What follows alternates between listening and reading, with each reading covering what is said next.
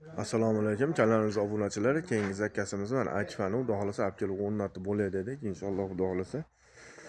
Buni kullada olib kelib o'rnatdik. Kulla qayerda? Kulla Badalovaga olib keldik. Mana Badalovaga ko'rib turibsizlar, juda chiroyli chiqdi aytfamiz. Bu yerda alibes, aytfa alibesdan qildik. Jigarrang.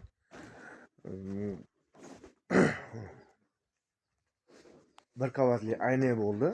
Mana bu tomonda oldidan kira olishda eshik bo'ldi, xudo xolasa. Mana eshiklarimizni, mana aynalarni qo'yib usta bolalar.